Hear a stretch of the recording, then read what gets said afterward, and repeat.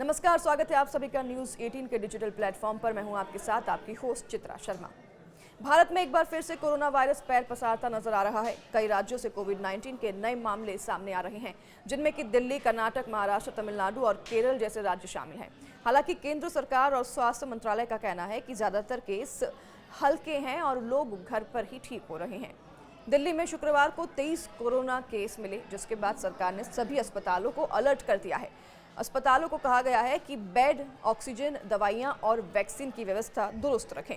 तो करीब 3 साल बाद पहली बार दिल्ली में कोरोना के केस आए हैं। हालांकि दिल्ली के स्वास्थ्य मंत्री ने बताया कि सभी 23 मरीजों की तबीयत फिलहाल ठीक है। तो वहीं भारत में 2 नए वेरिएंट NB 1.8.1 और LF7 के केस सामने आए हैं। WHO ने इन वेरिएंट्स को वेरिएंट्स अंडर मॉनिटरिंग की लिस्ट में रखा है, मतलब ये अभी खतरे के लेवल पर नहीं है, लेकिन इन पर नजर रखी जा रही है। तो वहीं चीन और एशिया के कुछ हिस्सों में यही वेरिएंट केस बढ़ रहे हैं। उत्तर प्रदेश की अगर बात करें तो यहाँ नोएडा में 55 साल की महिला पॉजिटिव पाई गई है और उन्हें होम क्वारंटीन भी कर दिया गया है।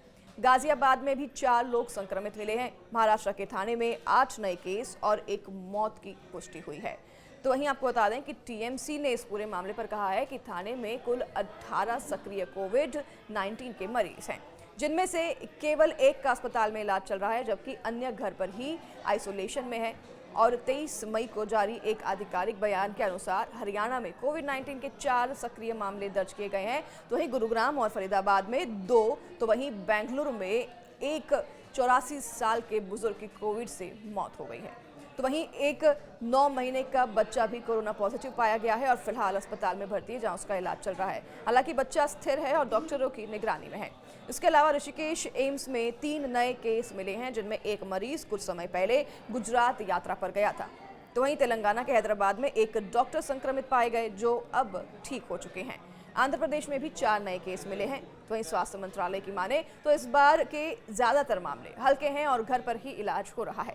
हालांकि राज्य सरकार और केंद्र सरकार दोनों ही निगरानी रखे हुए हैं, ताकि हालात काबू से बाहर ना जाएं। और आपसे भी यही अपील है कि अगर सर्दी बुखार के लक्षण आपको महसूस होते हैं तो डॉक्टर के पास जरूर जाएं और सावधानी जरूर बरतें। हालांकि अभी घबराने की स्थिति नहीं है और आप भी ना घबराएं।